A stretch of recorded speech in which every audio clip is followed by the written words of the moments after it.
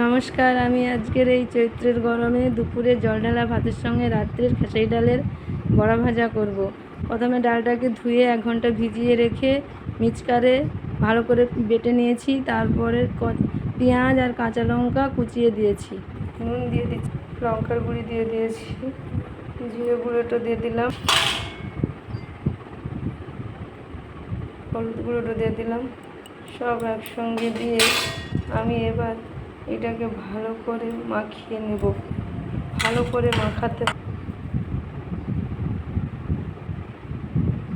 কড়াইতে তেল দিয়ে দিচ্ছি,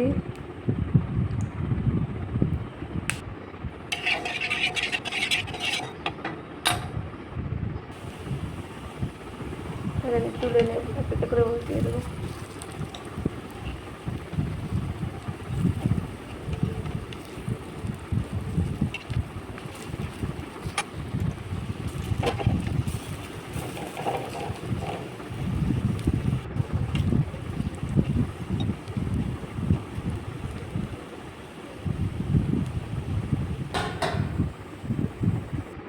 তুলে নেব।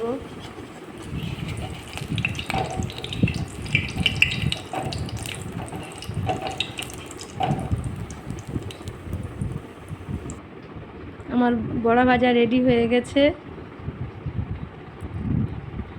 এবার আমি পান্তা ভাতের সঙ্গে বড়া ভাজা দিয়ে খাবো।